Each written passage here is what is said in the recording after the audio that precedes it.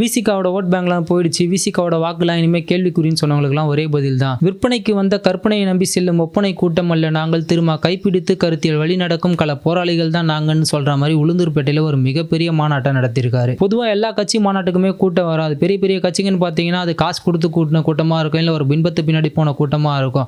ஆனால் கருத்தியல் ரீதியாக ஒரு கூட்டம் சேருதுன்னா அதுதான் மிகப்பெரிய விஷயம். அதுதான் உண்மையான மாற்றமாக கூட இருக்கும். இப்போ விசிகா பின்னாடி வர கூட்டத்தை கூட சொல்லுவாங்க இது வந்து ஒரு ஜாதி கட்சி, ஜாதியின் அடிப்படையில் சேர்ந்த கூட்டம்னு சொல்லிட்டு. அவங்களுக்குலாம் ஒரே பதில் தான். ஒரு 3 ஆண்டுகளுக்கு முன்னாடி திரும்ப அவர் மேடையில் பேசியிருப்பார். என்னை ஜாதியாக பார்த்து யாரும் பின்தொடராதீங்க, என்னை வந்து ஒரு பறையன்னு சொல்லிட்டு என் பின்னாடி வராதிங்க, அப்படி வர கூட்டமே எனக்கு தேவையில்லை, நான் பேசுகிற கருத்தியலில் உடன்பாடு இருந்தால் மட்டும் என் பின்னாடி வாங்க, அந்த கூட்டம் மட்டும் தான் எனக்கு தேவைன்னு சொல்லி பேசியிருப்பார். இதை விட தெளிவாக தன்னோட தொண்டர்களை யாரும் வழி நடத்தி செல்ல மாட்டாங்க. அந்த அளவுக்கு சாதியை எதிர்த்து திரும்ப தன்னோட அரசியலை பண்ணிட்டு இருக்காரு. ஏன்னா என்னை சாதியாக பார்த்து உள்ள வந்தேன்னா இதே சாதியில் நாளைக்கு ஒருத்தன் வெள்ளையாக இருக்கிறவன் கட்சி தொடங்கினா அவன் பின்னாடி போயிடுவான், அவன் வெள்ளையாக இருக்கிறான் அழகாக இருக்கிறான்னு சொல்லிட்டு.